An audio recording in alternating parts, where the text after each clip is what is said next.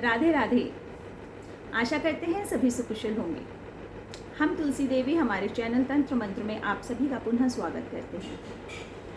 जैसा कि आप सभी जानते हैं कि हमारे चैनल का मुख्य उद्देश्य यही रहता है कि ज्योतिष और तंत्र को लेकर कि जितनी भी अंधविश्वास या गलत धारणाएं समाज में फैली हुई हैं वह दूर हो सकें और कोई भी आम व्यक्ति अपने घर पर ही बैठे हुए हमारे साधनाओं और मंत्रों से अपनी समस्याओं का निदान स्वयं ही कर सके। तो इसी विषय में लेकर आज हम ज्योतिष का एक और मुद्दा लेकर आए हैं, वह है काल सर्पदोष। काल सर्पदोष के नाम पर लोगों में बहुत भय फैला रहता है और जगह जगह इनके पूजा पाठ होते रहते हैं और कई इनको लेकर गलत धारणाएं भी हैं।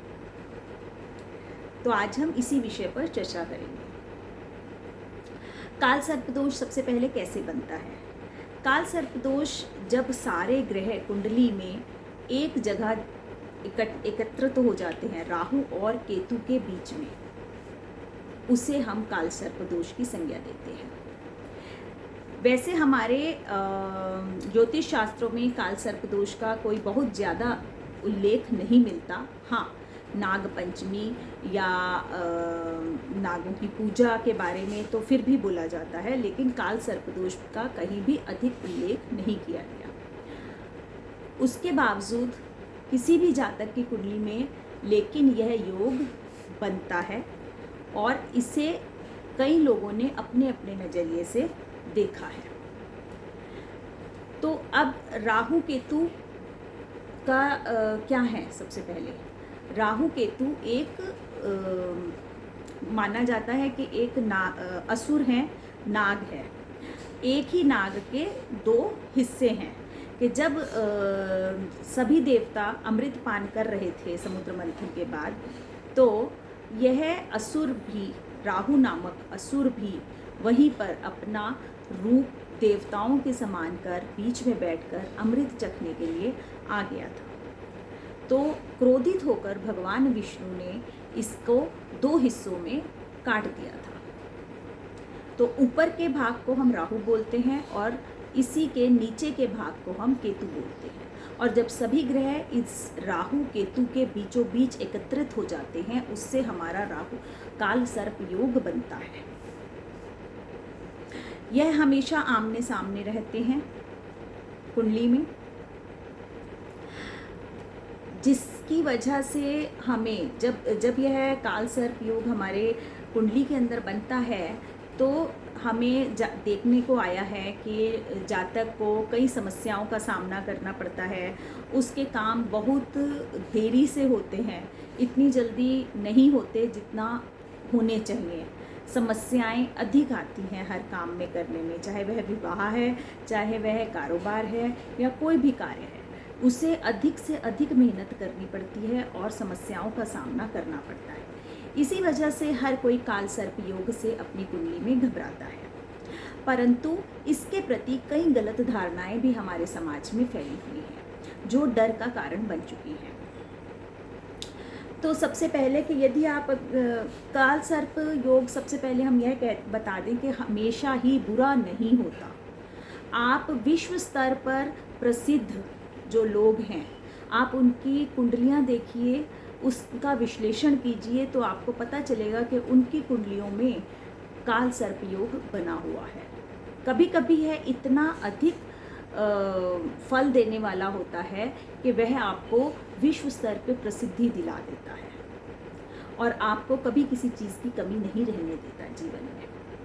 हाँ, यह बात अलग है कि कोई एक पर्टिकुलर भाग में जीवन के कमी आ जाए, परंतु यह आपको बहुत कुछ देकर भी जाता है कई बार। दूसरी बात कि काल सर्प योग क्या हमेशा ही राहु केतु एक्सेस के बीच में आने वाले सारे ग्रहों की वजह से ही काल सर्प योग बनता है? जी नहीं, इसके अंदर भी धारणा है। लोग कई बार सारे ग्रह जब आ जाते हैं उसी को काल सर्प योग मान लेते हैं, परंतु जब राहु से केतु की तरफ सारे ग्रह बनते हैं तब हम उसे कालसर्प योग की श्रेणी में रखते हैं। परंतु यदि केतु से राहु की तरफ सारे ग्रह जाते हैं तो वह कालसर्प योग की श्रेणी में नहीं आते, उनका कोई प्रभाव नहीं होता। उदाहरण के तौर पर मान लीजिए आपके लग्न से लेकर सप्तम भाव तक कालसर्प योग बन रहा है, क्योंकि 12 भाव हैं तो 12 भाव में अलग अलग भाव से कालसर्प योग बनता है। तो उदाहरण के तौर पर हम लेंगे कि जन्म लगन भाव से लेकर सप्तम भाव के बीच में आपका कालसर्प योग बन रहा है। यदि लग्न में राहु है और सप्तम में केतु है तब तो यह हम इसे कालसर्प योग मानेंगे। परंतु यदि लग्न में केतु है और सप्तम भाव में राहु है तब हम इसे इस कालसर्प योग की श्रेणी में नहीं रखेंगे, इसका अधिक प्रभाव होगा ही नहीं। इसका एक और परिहार है। मान लीजिए कि राहु के साथ कोई एक ग्रह बैठा है जिसके अंश अधिक हैं राहु से और उसका प्रभाव भी अधिक है, वह कितना अधिक शक्तिशाली है कुंडली में यह देखना पड़ता है। यदि वह बहुत शक्तिशाली है और उसके अंश अधिक हैं तो वह राहु के प्रभाव को काफ़ी हद तक ख़त्म कर देता है और कालसर्प योग की जो भी हमारे कुप्रभाव हैं उनको बिल्कुल न्यूनतम कर देता है। और यदि राहु अधिक शक्तिशाली है तो हम इस योग को मानेंगे कि यह हमें समस्या उत्पन्न कर सकता है। और इसके अंदर एक बात और कि जैसा कि हम पहले भी अपने कुछ वीडियोस में बता चुके हैं और यह बात हम हमेशा यही कहते हैं कि जो कोई भी योग नक्षत्र जो भी हमारे कुंडली में जन्म के समय में बन जाता है वह हमेशा ही रहता है।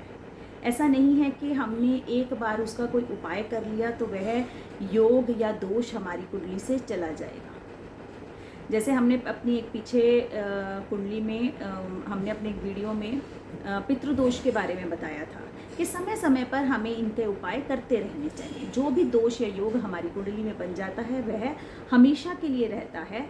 यह हम जब उसका उपाय करते हैं तो उसका अर्थ यह निकलता है कि हम उस दोष को और या योग को हम कुछ समय के लिए शांत कर देते हैं अपने पूजन से या यज्ञ से या किसी भी उपाय से हम उन्हें शांत करके रखते हैं। तो जब भी हमें मौका मिले, साल में, महीने में, जब भी कभी मौका मिले, हमें हमेशा अपने यह उपाय करते रहने चाहिए, क्योंकि जब भी यह अपनी महादशा, अंतर्दशा, प्रत्यंतदशा में आएंगे तो यह हमेशा हमें तकलीफ़ देंगे, हमारे लिए समस्या उत्पन्न करते हैं। और यदि हम इनकी शांति पूजन करते रहते हैं तो यह हमें इतनी समस्या नहीं दे पाते हैं जितना हमें इनसे मिलनी चाहिए।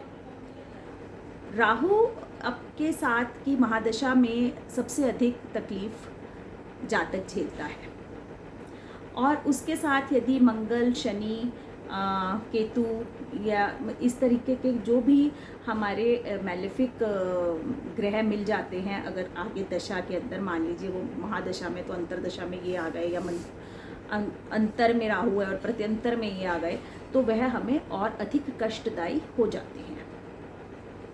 तो इसलिए हमें कालसर्प दोष की भी पूजा करते रहना चाहिए, क्योंकि यह प्रश्न भी हमारे पास कई बार बहुत बार आता है कि लोग कहते हैं कि हमने कालसर्प की पूजा करवा ली थी फिर भी हमें तकलीफ़ देखने को मिल रही है अपने जीवन में, या हमने पिछले उसमें पूजन करवाया था साल में तो भी अभी क्या हमारा कालसर्प योग नहीं गया। तो हम वही कहते हैं कि जो भी है तो कोई भी योग या दोष कभी भी जाता नहीं है, हम केवल उसको शांत करने के उपाय करते हैं। ठीक है, तो अच्छा, इसके कुछ उपाय मैं आपको कॉमन में बता देती हूँ कि इसके हमें कैसे करने चाहिए। इसको शांत रखने के लिए, राहु को शांत रखने के लिए सबसे पहले इसका सबसे बढ़िया तरीका क्या है कि इसका उपाय हमेशा बुधवार या शनिवार को ही करना चाहिए और संध्या समय करने चाहिए, कभी भी दिन के समय नहीं करेंगे। संध्या समय या राहु काल देखकर ही करना चाहिए।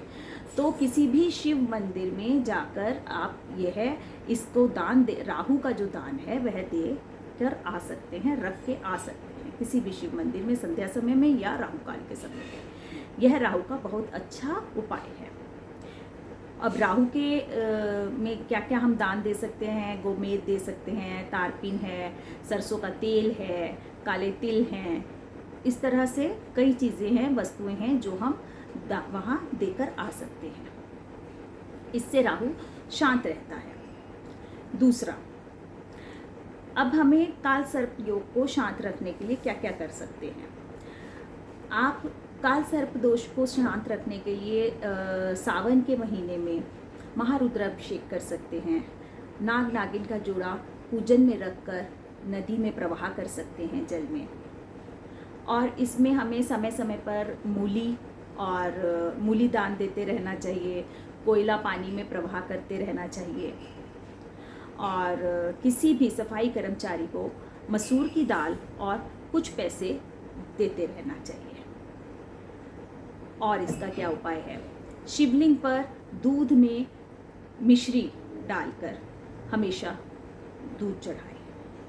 तो इस तरह से कुछ ऐसे उपाय हैं जो हमें हमेशा करते रहने चाहिए। इससे यह हमेशा शांत रहते हैं और यह हमारे लिए अधिक समस्या उत्पन्न नहीं करते हैं। तो यह तो था ये उपाय और इनका परिहार काल सर्प का। तो हम यही कहेंगे कि किसी भी योग या दोष से बहुत अधिक भय खाने की ज़रूरत नहीं है। यदि कुंडली में बन भी गया है तो हमेशा उसका कहीं ना कहीं कोई भी परिहार होता ही है। तो और सबसे बड़ी बात जो समाज में सबसे अधिक ये है कि हमने इसकी पूजा करवा ली, उसकी पूजा करवा ली, उसका मतलब नहीं है। पूजा करवा ली बहुत अच्छा है, वह शांति आपको प्रदान करेगा, परंतु हमें थोड़े थोड़े समय में इस तरीके से थोड़े अपने उपाय उस योग या दोष को लेकर करते रहने चाहिए, क्योंकि वह जब भी दशा में आएंगे वह आपके लिए समस्या उत्पन्न करेंगे। नहीं तो सबसे अधिक परेशानी बस यही आती है, नहीं तो इतनी समस्या वाली बात नहीं है। और आशा करेंगे सभी को हमारी यह जानकारी काल सर्प दोष पे पसंद आएगी। और किसी को कोई भी इस योग को लेकर कोई शंका हो या ज्योतिष में या तंत्र से रिलेटेड किसी को कोई भी समस्या हो, वह व्हाट्सएप पे दिए गए हमारे नंबर पे कांटेक्ट करके हमें मैसेज कर सकता है, हमसे बात कर सकते हैं। और इसी तरह कोई भी हमारे अध्यात्म के क्षेत्र से जुड़ना चाहें या हमारी साधनाओं के शिविर को अटेंड करना चाहे, वह भी हमारे इसी नंबर पे हमसे कांटेक्ट कर सकते हैं। और हम आशा करेंगे माँ भगवती से, परमपिता परमेश्वर से सबके जीवन में सुख हो, शांति हो, सबके जीवन में खुशहाली हो। और हमारे अगले वीडियो के आने तक के लिए राधे राधे।